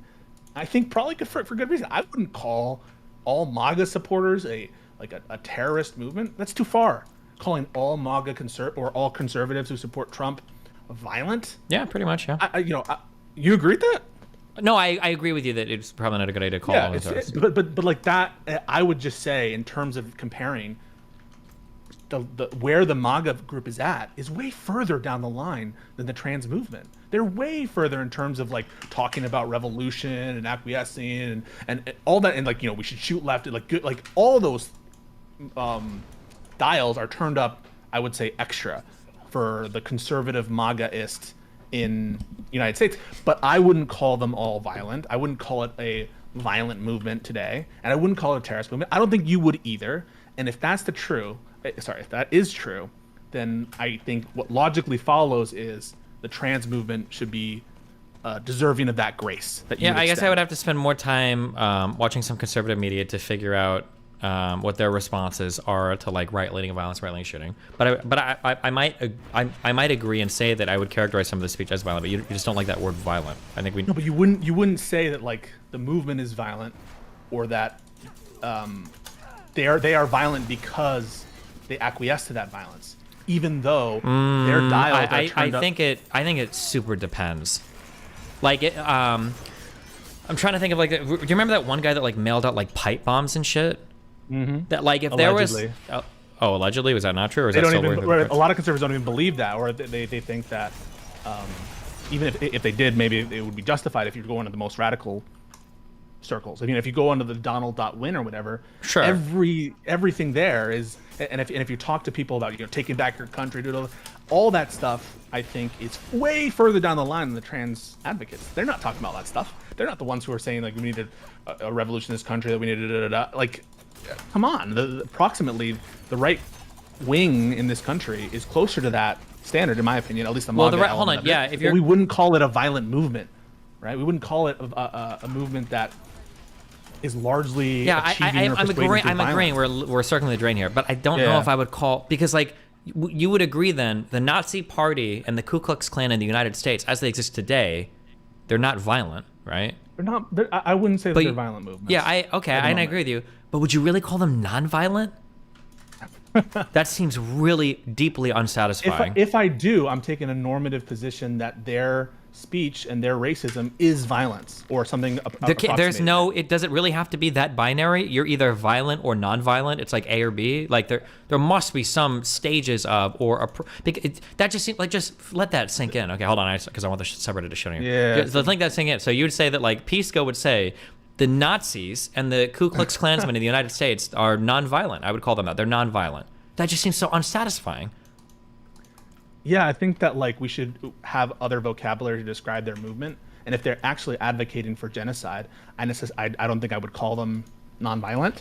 If they're advocating directly for violence, I wouldn't call them necessarily nonviolent. But there are a ton of groups in this country that are calling for like revolution, where their political positions almost by necessity entail some level of violence. Yeah, I agree. Those are but now would you so what you just said, because I'm trying to trap you, because I'm going to say the same thing about the trans movement. Would you say that somebody who, because this was like my definition for like stochastic difference. So we talk about like the Great Replacement. My issue with the Great Replacement was that it basically necessitated violence. You're being replaced. Your elected representatives aren't going to listen to you. Voting doesn't matter, and they're going to invade and kill and rape you. So like, what do? You have to be violent. That's basically all you can do, right? Well, then you're calling Lauren Southern violent.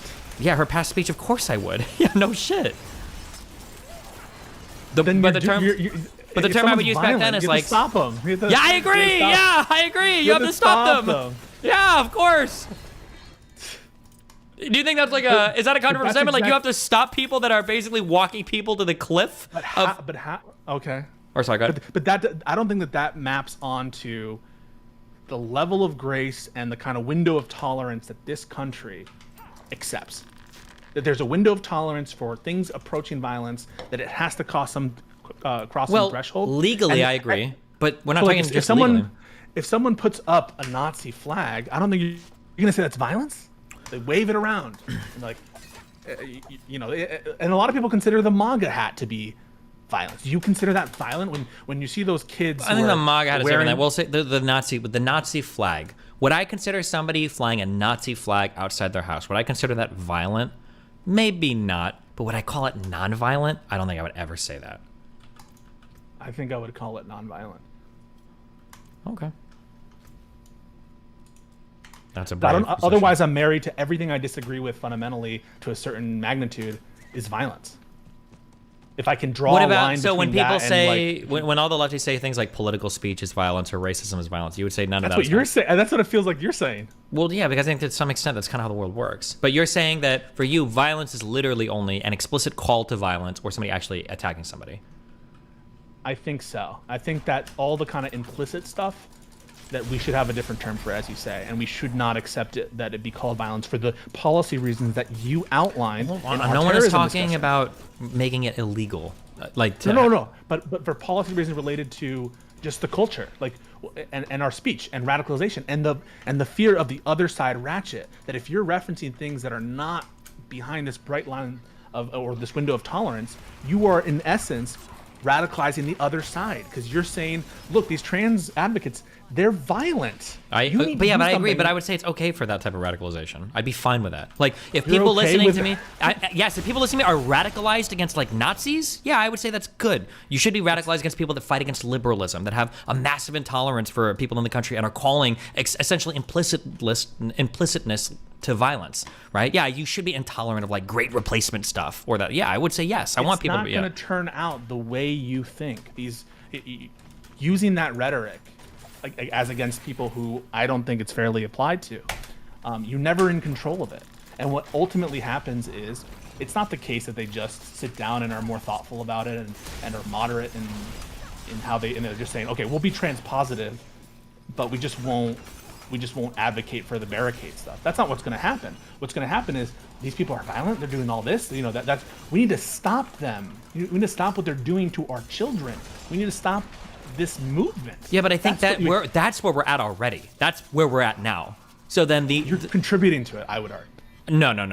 The left has gotten us there. Now the answer is, because there's two things I can do. I can go, no, guys, that's all fake, in which case nobody will take me seriously because the actions of the left have ramped up in aggressiveness in terms of rhetoric and everything else. Or two, we can say, hold on, the temperature on the left is way too high. We need to turn it the fuck down. But then you're standing here saying like, well, hold on. If you say the temperature's too high, you're helping to bake the cake. Don't give me this toy voice. That's what you're saying. That's what you're doing. You're saying if the temperature's too high, you're helping to bake the cake. That's not true. They turn the temperature up on themselves. You have to be able to speak out against it, which is why I'm saying, you're saying, what would it take to convince you? You're turning the temperature. You know, your response is, Giga Chad, turn the temperature even higher.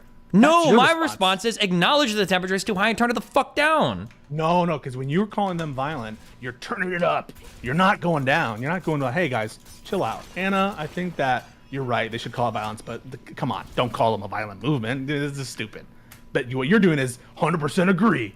You know, they are violent or they support violence. That's what you're doing. You're doing the Giga Chad. It's not the Giga Chad. I think it's important to do it. I think there are people that'll see it. There are people that I've gotten, the emailers, right? And I'm sure for Anna too, where people are like, oh, hey, you can support trans rights and not be an insane fucking lunatic. Oh, you can support trans rights and not say that like cis people should be fucking killed or make fun of blah, blah, blah. Or something. I think it's important to have those figures in any type of movement because they do turn the temperature down. I don't think they're causing. You think I'm an unreasonable person?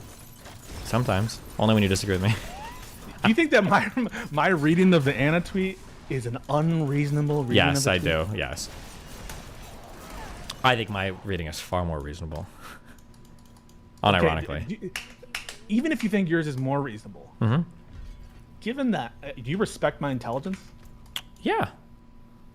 Do you think that it's possible that she should have been more clear? Yeah, I mean, you can always be more clear on Twitter, sure. But also, I'm not going to give, like, every tweet I see the least charitable fucking reading ever. I try to read, even for fucking Hassan and Vashar, I try to read in terms of, like, oh, what do they probably mean when they say this? No, you don't, dude. If Hassan had tweeted something largely the same about the conservatives in this movement, you're going to tell me that you would say 100% agree with this, by the way, because the conservatives are way too accepting of I feel like you got to... I'm pretty sure it was yesterday. I literally said Republicans were a fucking death cult. You got to pick a different example, okay? Because I probably... would be on board with it. But no, I mean, like, again, even for Hassan, like, if he says some dumb shit, I usually try to get the context around it. Personal for you, Steve.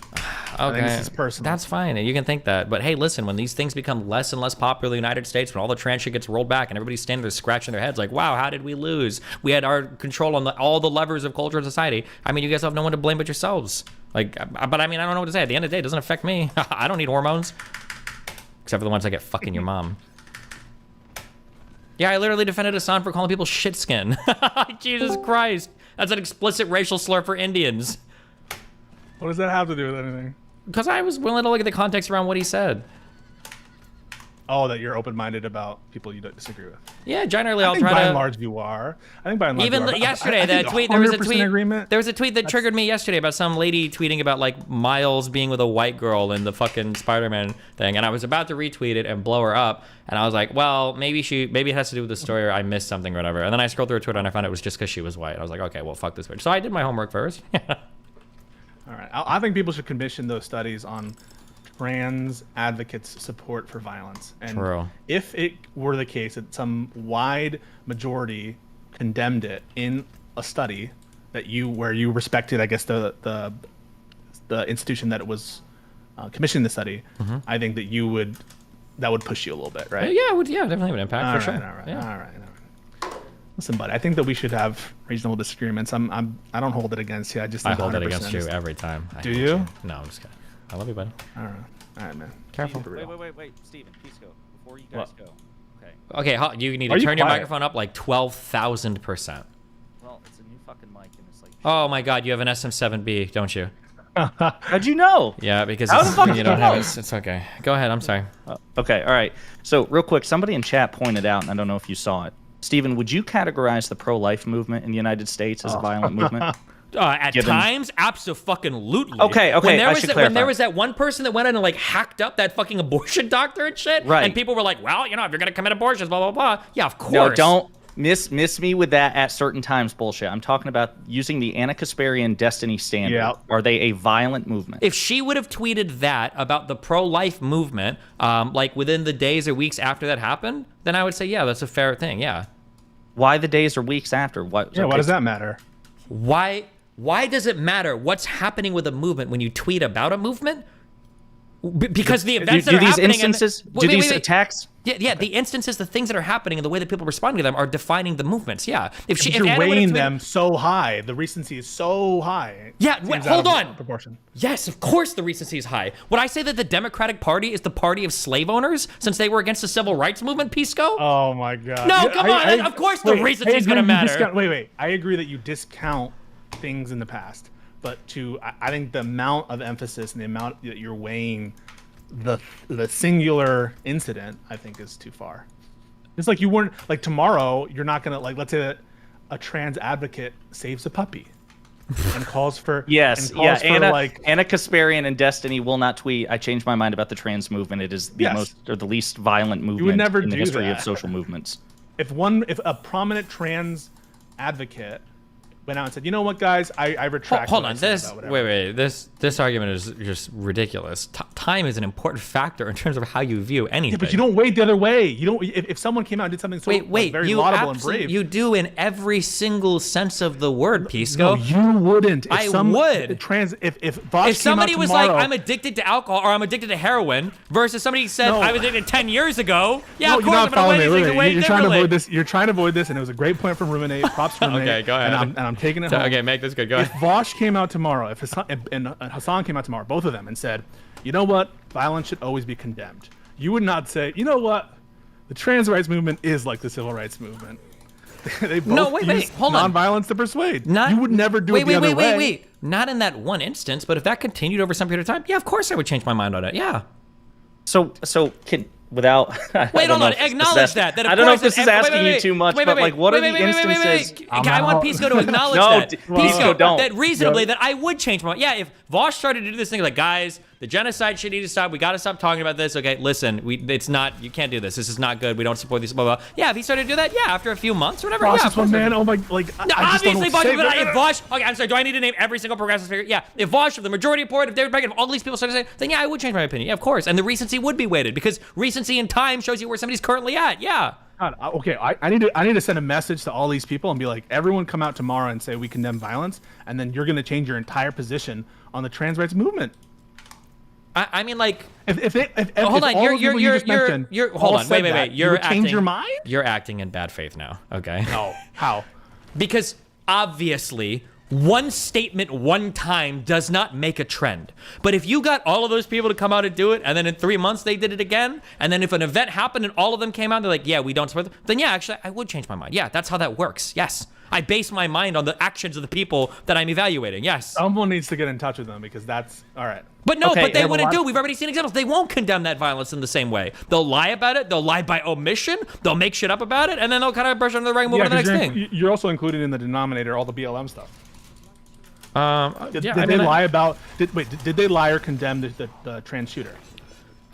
It seemed like there wasn't very much interest in it. I would have to check the specific reporting, but I do know that a lot of there was at least one big commenter or one big thread that exploded where somebody was saying the trans shooter was a victim too. Does anybody remember who specifically said that? People say that about Hitler, bro. Oh my God! And do you think people that say that, would you call them bad people? Hold on, no, wait, Pisco. Wait, Pisco. What a great example. If somebody said Hitler was a victim too, would you say that? You think Kanye is a bad person? Right now he is. Yeah. What the fuck? Yeah. Haven't you made some similar sympathetic remarks about like the MAGA movement as well? Yes, the fact that they've been victimized by Trump's cult of personality. Yeah, of course. Okay, then what's the difference? Wait, your statements are so wild. Hold on. If somebody rapes a child and they were raped as a child, I can simultaneously be sympathetic towards the victim and I can condemn morally his actions. You understand that, right? Yeah, yes, but you just cited an example about the trans shooter where some unnamed progressive thread in which somebody said that the trans shooter was a victim. Is this where we're going to pretend that's not mutually exclusive from the idea that they're also a perpetrator? I wasn't ready to like have the sources pulled up for this. For everything that we mutually exclusive. No, I don't think it's mutually. Yeah, I think there is reasons to feel sympathy for basically every single person who enacts violence. Usually, when people are violent, that's not a normal human state. Usually, some fucked up shit has happened to get you there. That could be rioting, it could be rape, it could be thievery, it could be Nazism. Yeah, usually something happens. So if someone was like, I feel bad for Jeffrey Dahmer. He's a victim too, to be born with the brain he had. I mean, like, it must have been so awful being Jeffrey Dahmer. Like, imagine not having any emotions. I pity him. You'd be like, oh, yeah, they support Jeffrey Dahmer and cannibalism. I mean, it's gonna depend on how that's phrased. If somebody's saying, like, for instance, like, if somebody's saying that he goes out and he eats a bunch of people, and then somebody's like, we need to remember that he's a victim here too. Then I'm probably like, that's a little bit. It sounds like wildly Especially influential people on Twitter should be very like precise with their words, right? No, because I'm not condemning people based on tweets. I'm No, talking not you, about, Anna. Anna, Pisco made this point earlier. I'm not condemning. No. I'm saying that there are hundreds and hundreds of hours of these like progressive commentators. The problem isn't that just like one guy one time had one bad tweet. There's a consistent line of rationale given by this group of people. Well, I don't know. I think if you were charitable with this person, you'd be like, well, it's clear if we're going to take the best faith approach, she wouldn't be advocating for killing children. I think she's advocating, and she can understand the psychological damage that's associated with the cycles of abuse and social pressure. I'm not saying that I endorse that sentiment, by the way. I did not have that sentiment when that news story came out. But are you really reading that in the best way faith possible, where you think that it's tacit support for the actions taken by that shooter? I think depending on how you phrase it, I think it can be. But like hold on. No. This isn't just like summarize what they said. This is like the way that you phrase things and the type of speech that you give is going to be incredibly important. And hold on, I need to finish this. You know this. If I were to tell you I got departnered from Twitch because I support people's right to defend their businesses, you would call massive cap on that, wouldn't you? Or would you say that's call massive cap? Okay, yeah, that's essentially what I said, right? But that's what I'm saying with Anna. Okay, but Anna's tweet was not as inflammatory as my Rittenhouse statement. I'm not saying it's the same level of inflammatory. Sure. Wait, hold on. But I'm not an Anna. I'm trying to show you that you saying like, well, you can do this thing, right? Sure, but the way that you phrase things is going to be incredibly important for discerning like the intentionality and the other web of things going on with that statement. Here's my prior. If Anna wanted to say that trans rights advocates should be more condemning of violence, why didn't she say that? Because I think that the issue right now is holistically, the civil rights movement was a movement of nonviolence. The trans right movement is not a movement of nonviolence. It doesn't seem to be that. I thought you said that earlier, though. It's not binary. Like, just because somebody isn't violent doesn't make them nonviolent. I think that nonviolence, like, is an explicit call to nonviolence. You seem to think that nonviolence is people that aren't violent. I think there's a distinction to be made there, but I don't have the word for it. I can't give you the word for it. But Stephen, just so I understand correctly, you're not saying that the trans movement writ large is violent, but you're also not saying that it's nonviolent. I wouldn't characterize it as nonviolent. It's in between violent and nonviolent. I see.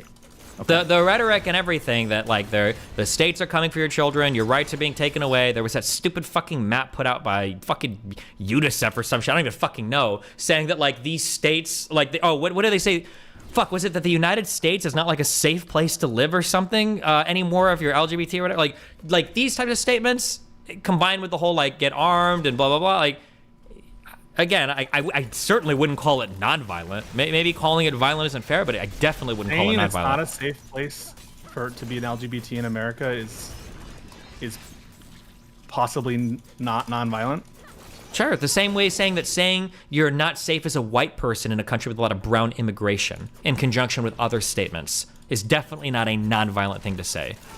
The Christchurch shooter didn't come out of nowhere. It wasn't because the Christchurch shooter didn't come out of listening to a whole bunch of people advocating for nonviolence or a whole bunch of nonviolent speech. It's acquiescing to violent speech.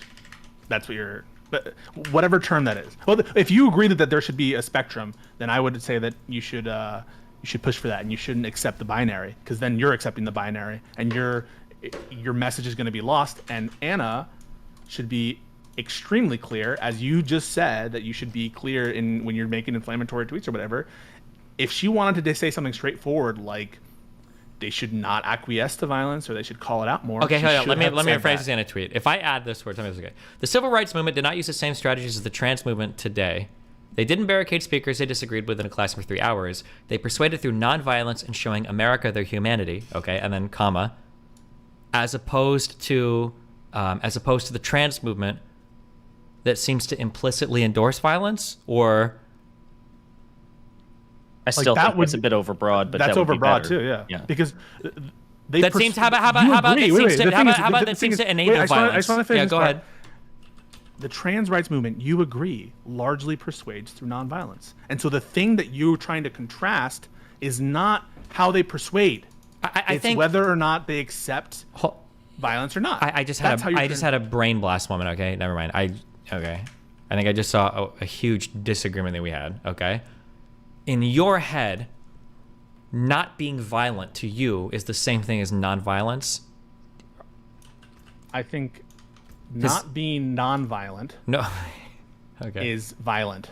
Okay, but do you think that not being violent is nonviolence? Not being violent is nonviolence. Because I don't agree with that. I think nonviolence is an explicit call to being peaceful, is an explicit call to nonviolence. So you think there's like passive nonviolence and active nonviolence, perhaps? Like there's a default state where I would say that they're not violent, but I wouldn't call it nonviolent. I can agree that adhering to nonviolence as a philosophy is different than having a movement where it's nonviolent. But she's talking about their methods. You say persuaded through nonviolence, right? The persuasion of what, right? They're not persuading of nonviolence. Wait, no. They said the same strategies as the trans movement. The civil rights movement strategy was one of nonviolence. The trans movement strategy is absolutely not one of nonviolence.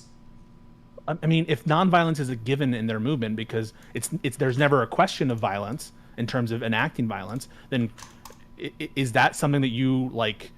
That's a mark against the trans movement because they don't explicitly say it. Given the speakers' positions on all of the other violent actions and everything, and given the type of rhetoric and everything that has engulfed these movements, the rhetoric of we're being genocided, they're coming for our kids, we need to arm up, like, you know, the trans shooter was a victim too, like all of these things in conjunction with all taken together, no, I would not say that it's a movement of nonviolence.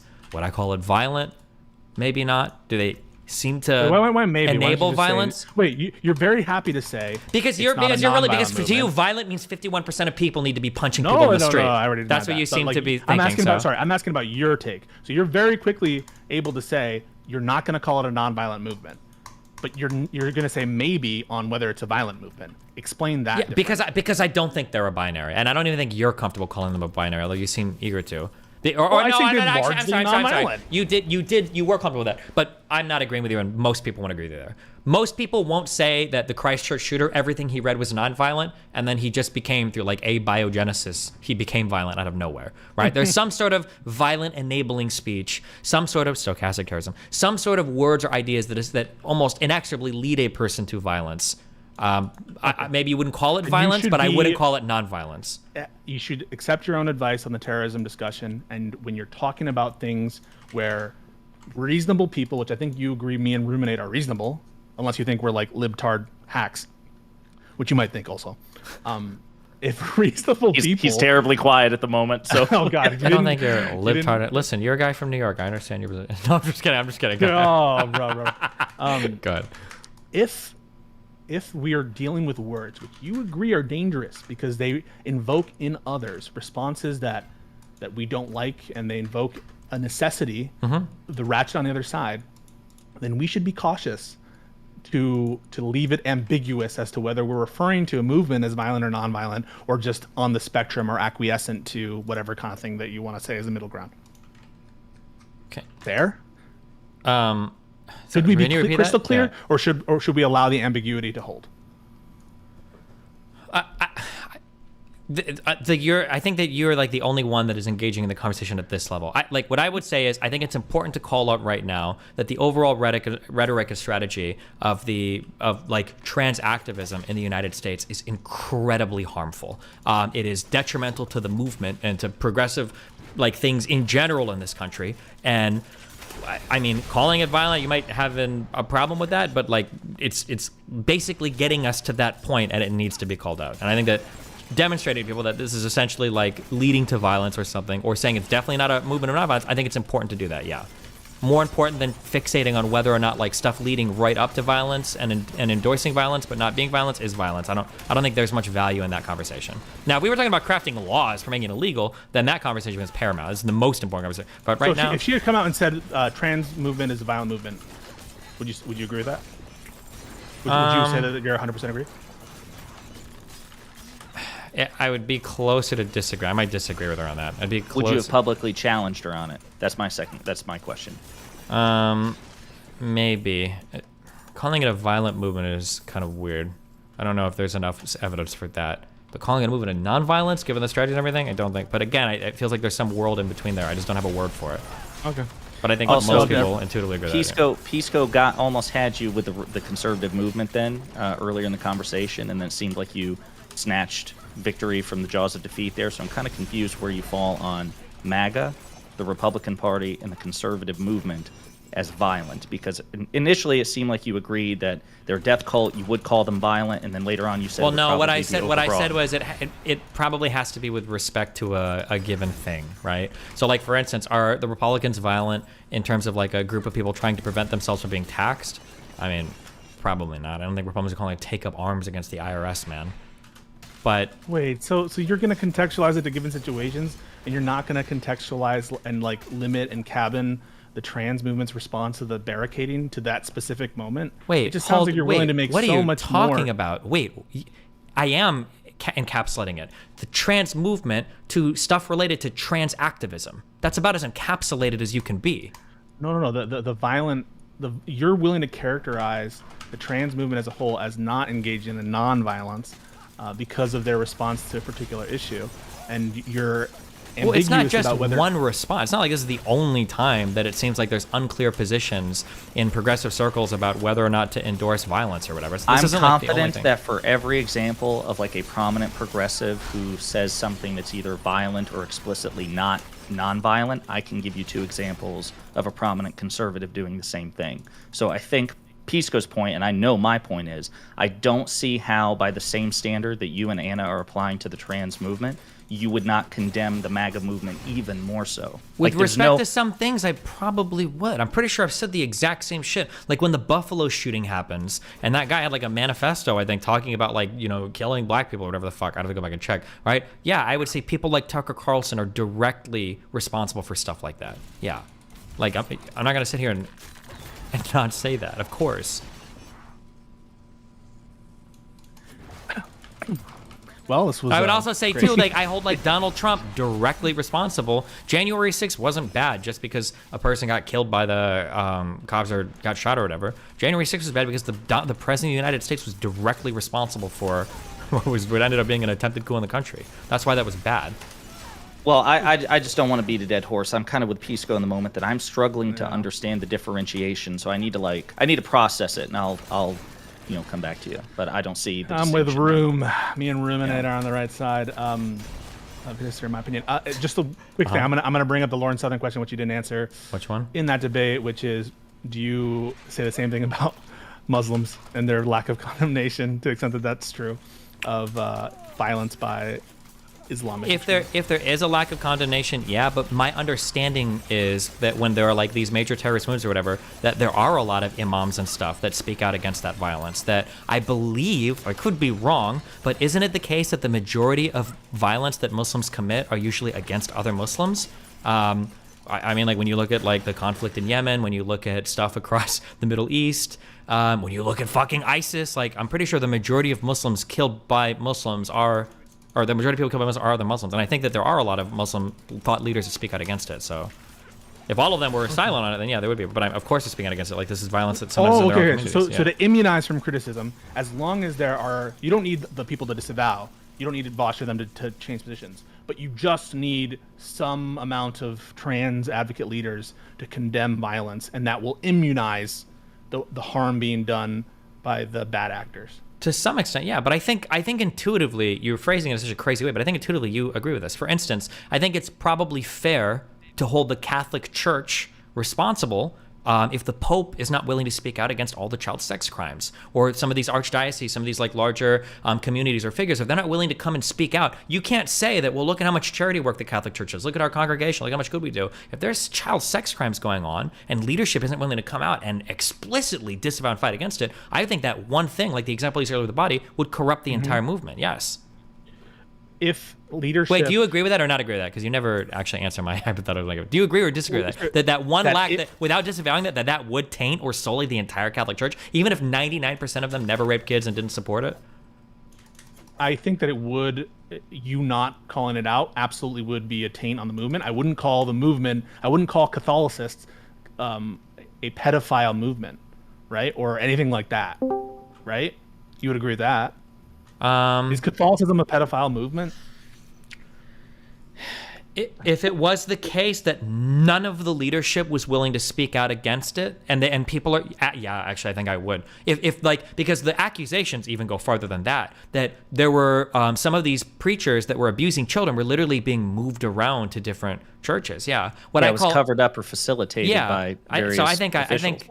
Maybe we're talking about Catholicism or the Catholic Church, which is more hierarchical, more. Well, hold on. Catholicism is only the Catholic Church. There is no other type of Catholicism besides what flows from the Vatican. I think he's separating the institution of the Church, like the Pope and everybody, from just the belief movement. The believers, people who are Catholic without any. I mean, you can't, without getting too into it, you can't be Catholic without having a relationship to the Pope. Like, he's literally your from Peter, the descended dude that speaks to God. I mean, I don't mean a spiritual connection to the Pope or to the Catholic institution. I mean a direct connection in the sense that you are part of that institution, right? Just because come on, if you believe in a leader, or if you practice teachings, like if you believe in Gandhi, does that mean that you are part of whatever bad things I forget what he was doing? Was it pedophile stuff?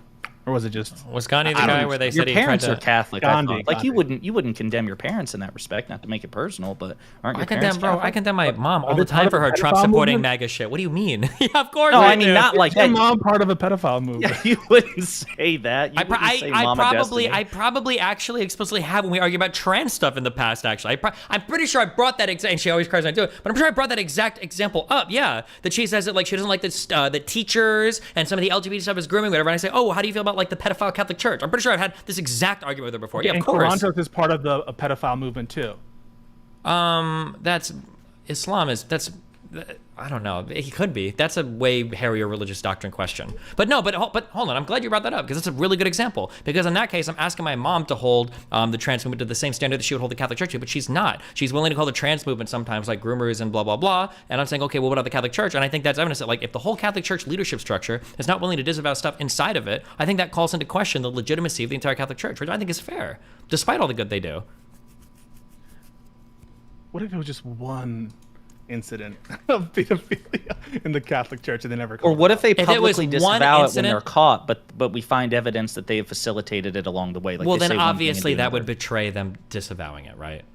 Obviously. Like, you can't do a fake disavowal and get credit from me. But, like, if it was the case that, like, there was, let's say that was the case, Pisco. Let's say only one instance happened, but then it got covered up by, like, the Pope and, like, 3, like, what do they call them, bishops or whatever? And then, like, that gets discovered, and then the Pope and everybody else is silent on it. Yeah, I think that does taint the. I think you have to disavow the more toxic aspects of your movement. Like, let's say, for instance, let's say that my YouTube editor was starting, and he's the only one. Let's say every single person in my movement is actually the most peaceful person in the world. Let's say August runs around and he starts, like, talking about how he wants to fuck kids or something, and that's like what he goes all over Twitter and he starts saying that all the time. And I'm like, are you really gonna condemn me on my entire movement based on this one guy or whatever? Like, I mean, I'm not, like, everybody else is fine. We don't have any kitty fuckers in my whole community. It's just him. Like, do you think that that's legitimate? Do you think that one person would actually probably, rightfully so, like, taint the entire movement? They'd be like, well... Would omniliberalism be tainted? If the majority of omniliberal... You're not speaking out of it for legal reasons, but the majority of omniliberals either have no comment or, are saying that they're not okay with it. I mean, arguably, wasn't this in part what happened to kind of like the Labour Party in the United Kingdom not taking a strong enough stance against potential anti-Semitism? Was their inability to come out and call out certain things related to Corbyn's past or other things? My history here is not as good, but I thought I think the more you ask me the questions, the more intuitively strongly I feel about my position. That, yeah, if you're not willing to come out and harshly condemn really toxic aspects of your movement, one or two things can bring the entire movement down on itself. Okay. Yeah. I think that's where we're at. I think that you should measure a movement based on, not the to say that it polling can't be data, changed the by certain aggregate scandals. opinions of all the people. No. I think that you should absolutely consider thought leaders. You should absolutely consider, major aspects of their doctrine as opposed to less major aspects of their doctrine, things that they stress, things that they do.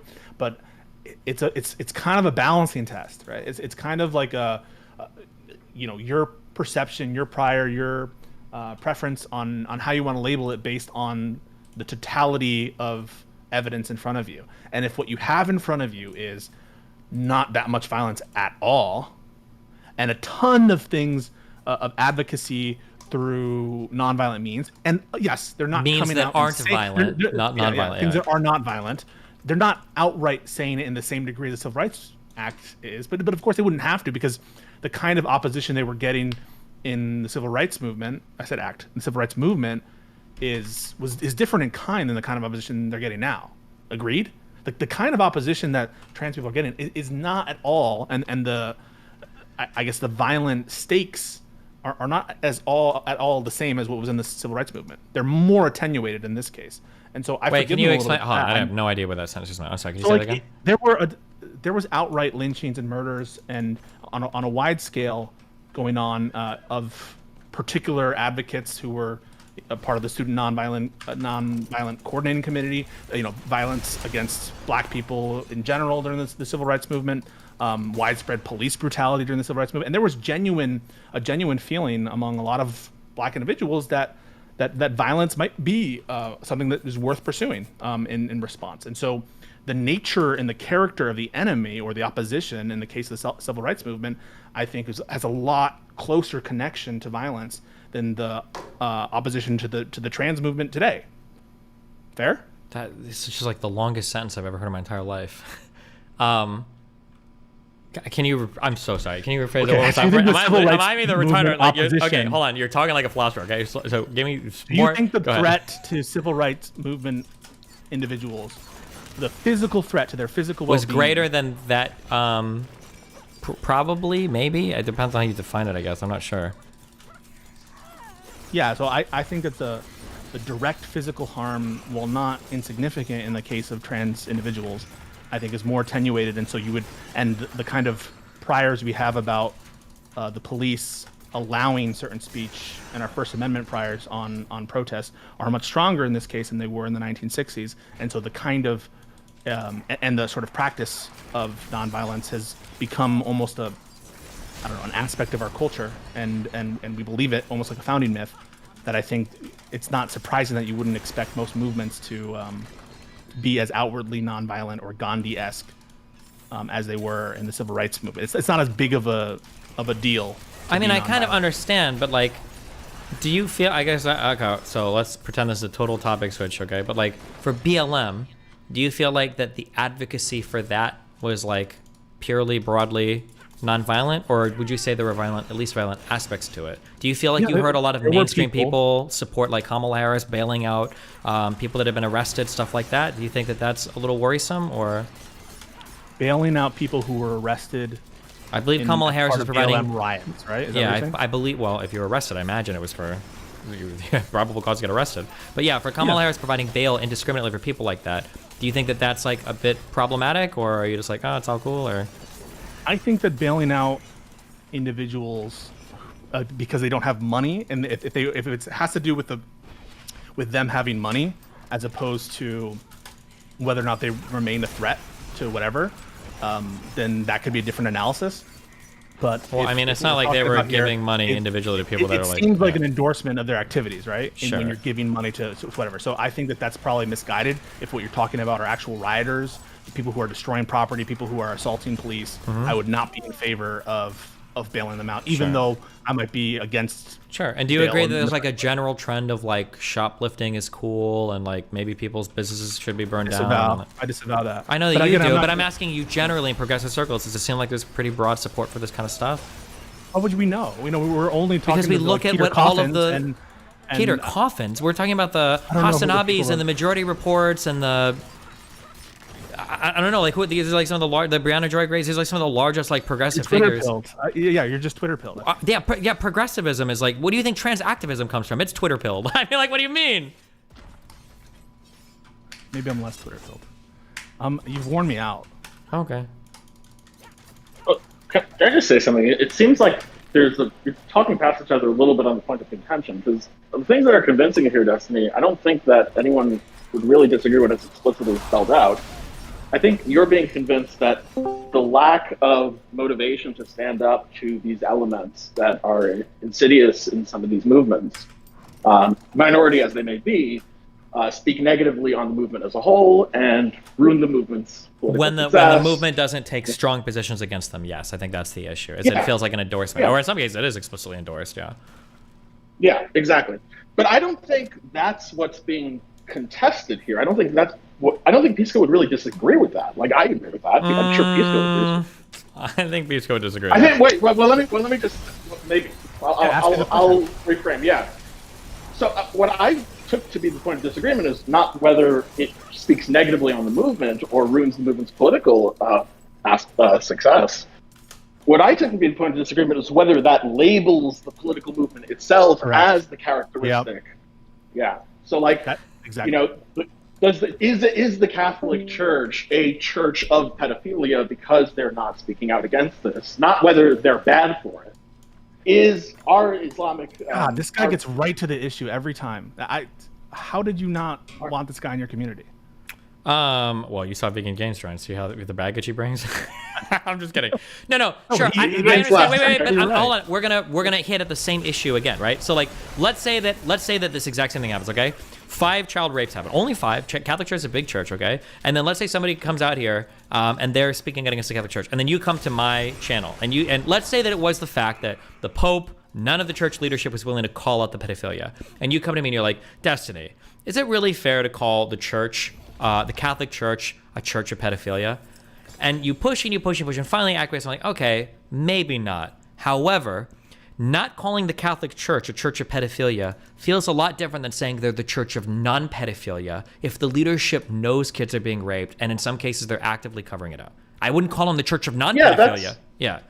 Yeah, that's fine. Why can't we just use a middling term like pedophilia apologia, pedophilia adjacent? Well, that's what I asked. That's what I asked. Like, are you like complicit in like violent encouragement or implicit calls around something else? But both of these guys seem unwilling to. But yeah, that's what I've been saying the entire time. Is that it sounds like we need some sort of middle term besides violent or non-violent. The other term is stochastic terrorism, which I don't think Pisco likes for reasons, but I don't know what that middle term is. But me and Pisco agree that I think we need some other word there.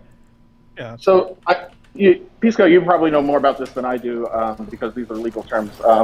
Like the distinction between fighting words versus incitement. I don't know if any of those apply here. No, we're not at a legal ground, and all of us would agree that inciting to violence is wrong. We all agree that. What about complicit? If that's like something that you want to use, like in the lay term, like they're not calling it out. They kind of facilitate it by not calling it out, but they're not actually guilty of the thing itself. Violence, complicity. He's referencing, so Destiny's referencing legal conduct or conduct that we should allow in terms of, like, I don't know, technically allow. Wait, hold on. To be clear, no, I'm not. I've never talked about this should be allowed or not allowed legally. We're not even that's never been part of this conversation. Chill, bro. Just chill. I'm so chill right now. I love you. Go ahead. What I'm saying is he is not fighting, when you're referencing, I'm just telling Avi why I don't think that those terms are helpful. Because when you're referencing fighting words or incitement, those are like akin to violence, and so those would be the kind of things that I probably would consider under the rubric of violence, is directly and imminently calling for someone to kill someone, right? Gotcha. It's too strong a word for it. Correct. What we're trying to describe. Okay. It would be more on the line, like fighting words and incitement would be like, that's in the violence category. Tucker Carlson, right? For all he does, under the legal definition of incitement that we want to onboard, wouldn't fit that standard. It's more of the implicit stuff, and so that's why I think that those terms are not helpful, and they conflate the actual legal definitions, which I think is why Stephen wants to use new terms. Well, what about like violence complacency or violence apologia or violence adjacent? If he wants to say something like that. I think violence. Some of these terms are going to get harder to even stand by, because violence apologia. If somebody's like, "Well, I didn't say that it was okay. I didn't explicitly say it was fine. That was an apologia." That's unfair to say. I don't know if you could. I don't know what particular term we would get to here. I think that stochastic terrorism idea is what hits it at the most, but nobody seems to like that term. Because it uses the same... These are your arguments about the terms being inherently whatever. The terrorism term, you were the one who said that is going to be misused and abused, and now everyone we don't like is a terrorist. And so I don't know why you're not sensitive to... Well, I don't even... I feel like this argument had a different context to it, but... Okay. All right, I got to bounce, but... Loser. Stay cool. Love you, buddy. Yeah.